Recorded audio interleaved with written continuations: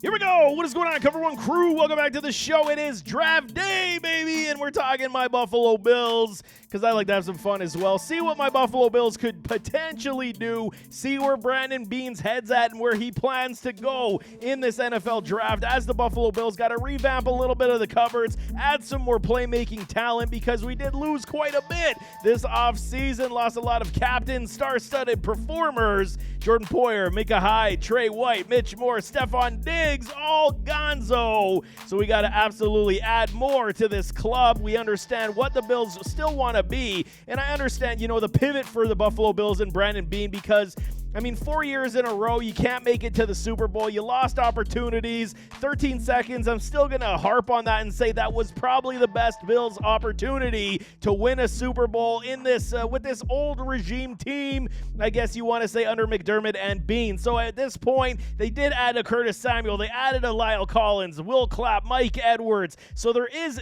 added pieces to the talent that they wanted to at least, improve upon and change up with aging talent like a Poyer and Hyde. We understand Hyde was dealing with the neck issues. Poyer is, lost a step overall, went to the Miami Dolphins, which does suck. We saw Trey White go to the Los Angeles Rams. He was more so of, too many injuries, not on the field enough, and then cap casualty. So, you had to definitely move on. When it came to Stefon Diggs, we spoke about this before as well, saying, did he outstay his welcome? Was the issues too, vast to overcome with him and a Josh Allen? So it is good to revamp and, at least pivot in a point where this team still can provide, great sound ability on the field, still challenged to be a Super Bowl contender while at least, attempting to be that much better on the field. And okay, at this point, what is the team's needs is wide receiver. We know this. Curtis Samuel, Khalil Shakir, and Justin Shorter right now with the Mac Hollins. We do not want to go into the season with this as our starting wide receiver core. There is no question. While I am a big fan of a Khalil Shakir,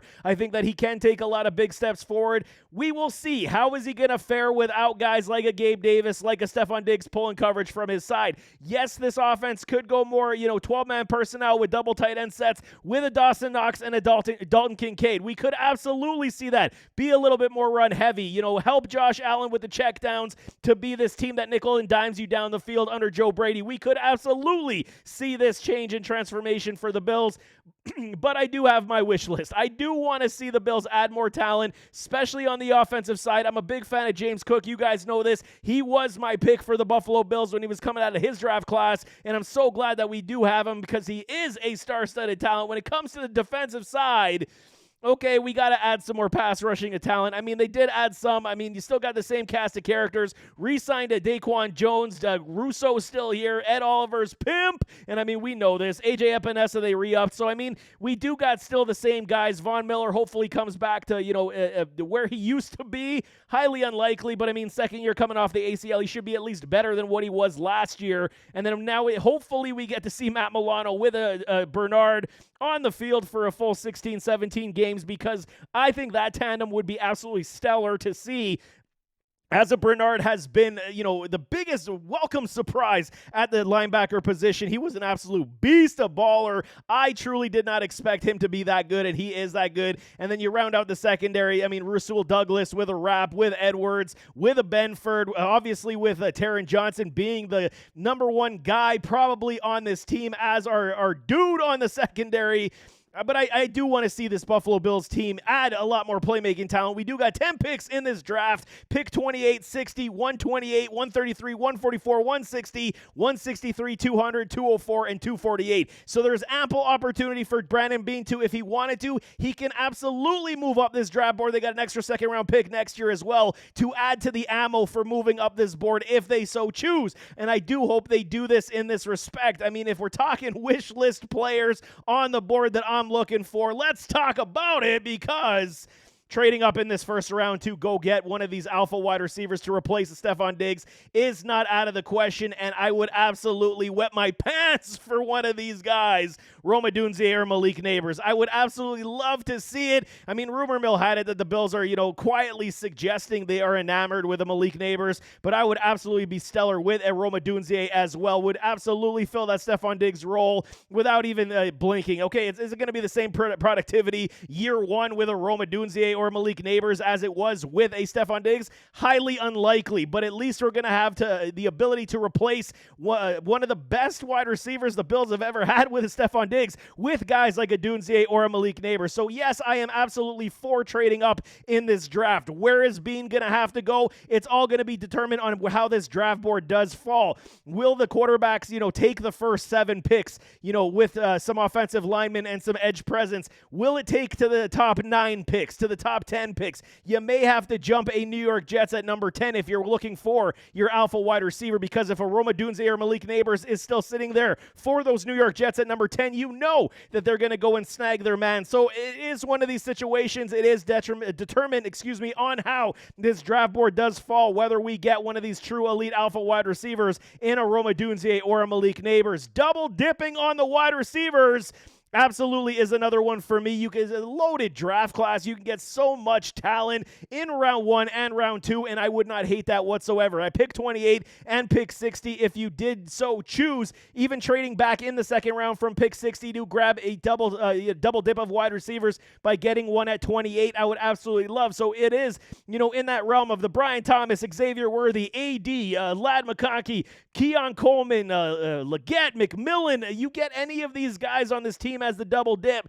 I'm so excited for the potential of this offense with a Josh Allen to spread the football around to a lot of these wide receivers, where a Leggett is this physical freak yak yard machine that could absolutely do it. You get a Ladd McConkey who's a route running machine, can stretch the field. You get guys like Worthy, Brian Thomas stretch the field. AD could stretch the field, could be an alpha wide receiver as well. McMillan is going to be one of these slot dynamos that everybody's not talking about, and I think he would fit in with the Bills extremely well. If you double dip on wide receivers, that is absolutely on my wish list. You need to get 2 out of this draft with these 10 picks to stack the cupboards in this wide receiver room, because it is absolutely paramount for the success of the Buffalo Bills, even though they could, elevate a Dalton Kincaid to be that Travis Kelce type of role in this offense and kind of, mimic what the Chiefs do offensively in that respect for how they have succeeded over the years. I understand, I do not hate, but there is a situation where double dipping these wide receivers would be absolutely stellar, man. Grab safety help as well. You get a Kitchens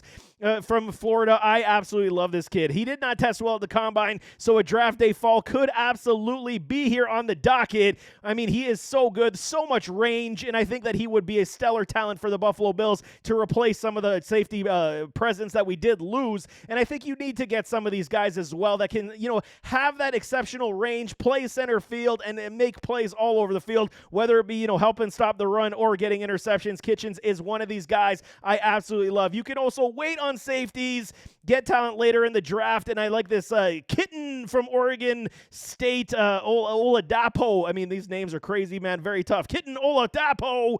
He's a good one. Loads of ability, but it could take some time to grow. I do like his talent. He is a good tackler and will make some plays in the open field. So, I mean, you could also wait on a safety as well if you don't like to, pick a safety as high as Kitchens may go in this draft, even though he should see a draft fall. He is probably the top 2 in the top 3 in this draft when it comes to the safety position. I'm a big fan of his, but you can also wait and on some of these guys to get some safety help later on in this draft. If the play is to go pass rushers, I prefer the later rounds. You go get a guy like Mohamed Kamara, who is undersized, but I mean, you flip on the tape and he is always noticeable, always on the field, always making plays, high motor. I love this guy a lot. I think that he's so talented. There was some injury issues that he dealt with, but he's so good, so underrated, and everybody's sleeping on his services because he is a somewhat undersized for the position. But guys can play. You get guys that can play football. So, I mean, it is one of these situations. He will fall in the draft likely due to the fact of his size and stature,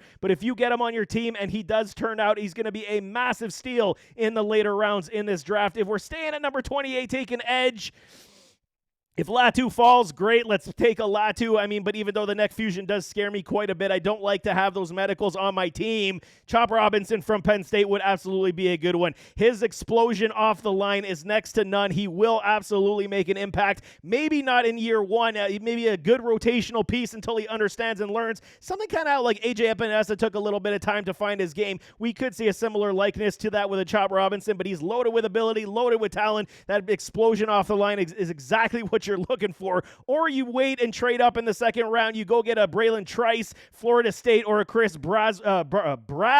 Man, these names are killing me, from Bama. good skill sets, good depth will fit into this Buffalo Bills system as well, and you're adding to the depth and need for the defensive front that you require. I absolutely do like that option as well. So even if you wait till second round, trade up in the second round and go grab your guy, I don't hate that as well by taking a wide receiver in the first round at number 28. Or if you move up in 28, you probably won't have your options at number 2. So I do like this as well. Even if you stay at 28, grab a wide receiver, trade up a little bit. If your guys are starting to get picked clean from the defensive front, you go get a Trice, you go get a Braswell. I'm okay with that as well. I think that'd be absolutely stellar, man. If you choose defensive back at some point, Michigan nickelback Sandstro, I love this kid so much. He's one of my favorite defensive backs in this draft. Absolute gem. I mean, it would be a great grab for the Buffalo Bills. He could turn out to be one of the best nickelbacks in this entire draft class. Physical, quick. He's got good range. He's got great awareness. Very much a hard-hitting nickel corner, like a Taron Johnson.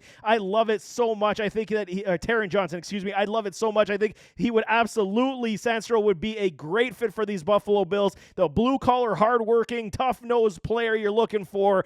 He's definitely on my wish list. If the Bills can grab him, it would be an absolute unbelievable get for this defensive secondary, man. Fill some O-line depth. Obviously, they added, like I said, Lyle Collins and then Will Clapp, but you're going to keep adding to this offensive line. You definitely want to add some more depth at this point. When you do see, I got a mock draft at the end of this to say, it was my favorite mock draft, but you definitely got to add some O-line depth. If the Bills choose to grab a running back at some point in this draft as well, which we could see, even though I think they're probably pretty good with, a James Cook and a Ty Johnson at this point, there is good talent in this running back class. Not great elite talent, but talent we could absolutely utilize, like a Ray Davis, like a Dylan Johnson, Marshawn Lloyd, and if they could snag a Braylon Allen later on in this draft, I would be over the moon excited. I'm a huge Braylon Allen supporter, but I doubt that's going to happen. But Ray Davis, Dylan Johnson, Marshawn Lloyd, definitely good consolation prizes. Dylan Johnson could be that tough-nosed, hard-hitting running back where Ray Davis has that ability also, but he does also, pose a good threat in the pass game, so you got the dual threat ability, makes you a little bit more multi-dimensional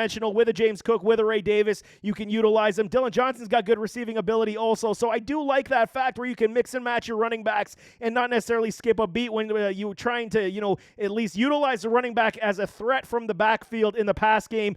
Absolutely would be a good one, but if Braylon Allen is on that board, you go and snag that, man. 1-2 punch with James Cook with Braylon Allen. Give me that all day long. Would absolutely be wonderful. If we're going to talk about linebackers, we could absolutely add to this linebacker room, and I wouldn't hate that whatsoever. I mean, this class isn't necessarily loaded with high-end top potential, but there is good talent with Tommy Etchenberg from Ohio State. He's nice. Cedric Gray from UNC. He's got skills as well. The Washington kid, Olo Fasciato. Man, these names are killing me. I apologize, sir. I can't pronounce your names. They're crazy, but the kid from Washington, he is good. And I think it's a very interesting prospect. Could turn heads later on in this draft. Could be a good depth piece. Special teams player as well. And I think that, the Buffalo Bills, they got to add more playmaking talent. It's got to be the MO from day one. Here we go on this draft with no more Stefon Diggs. So we're talking about my favorite mock draft that we did this season. I moved up and down this board. Traded down with Chicago Bears at number 9, or traded up with the Chicago Bears at number 9, then ended up trading back down to number 13, added some more picks with a second rounder in 2025 and a fourth rounder in 2025 as I moved up and down this board a little bit. Yes, it's a little bit, unreasonable to think that Brandon Beane could do this as well, but anything is possible. Like I said, we got to have some fun. So Roma Dunzier at number 13, followed up with an Xavier Legette at 61. Legette is likely gone before 61, but if the board would to land this way, you get Rome, you get Legette, you team him up with Khalil Shakir and Dalton Kincaid and James Cook. I mean, I'm telling y'all, my pants are soaking wet because I'm so excited with this opportunity. Chris Jenkins, defensive tackle, he's got some abilities, added depth to the defensive line. Add, Zach Zinter from Michigan as well, the offensive guard, add some depth as well to the offensive line. Safety from Oregon State, like I said, he is good. Oladapo, he is a good one. And then you got Mohamed Kamara at 163. I think if he does land at 163, it's it's an absolute steal for you, because why not take the opportunity and potentially develop this young man into something that could be very, very good. There's that linebacker I'm talking about at 200. I cannot pronounce your name for the life of me. It sucks. And then Dylan Johnson, 248. I mean, so you could see if the Buffalo Bills, they do have the 10 picks overall in this draft, the ability to move up and down this board is definitely not out of the question, but I would absolutely love to get, if we're talking about a home run win for the Buffalo Bills, for me, on my wish list, it's getting guys like a Roma Dunzier. You get a guy like Xavier Legette, and I think that even if you double dip in any facet, like I was saying, Brian Thomas, Xavier Worthy, you give Josh Allen more weapons, we got to revamp it. Obviously, it didn't work over the past 4 years to get to the Super Bowl, so that is the eventual goal. This is the ceiling where the Bills need to eventually be. Get Josh Allen his Super Bowl, get him more talent, more playmakers. You got to get more speed on the field to help, out this offense now that we lost to Gabe Davis to field stretching. So, I mean, there is opportunity here with Joe Brady, who I do trust as well. And this one was one of my favorite mock drafts for the Buffalo Bills this offseason. But we'll see how it does shake down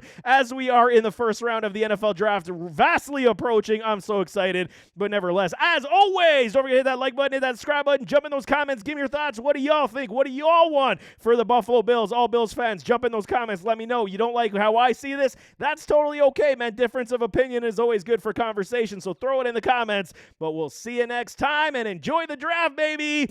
I am out.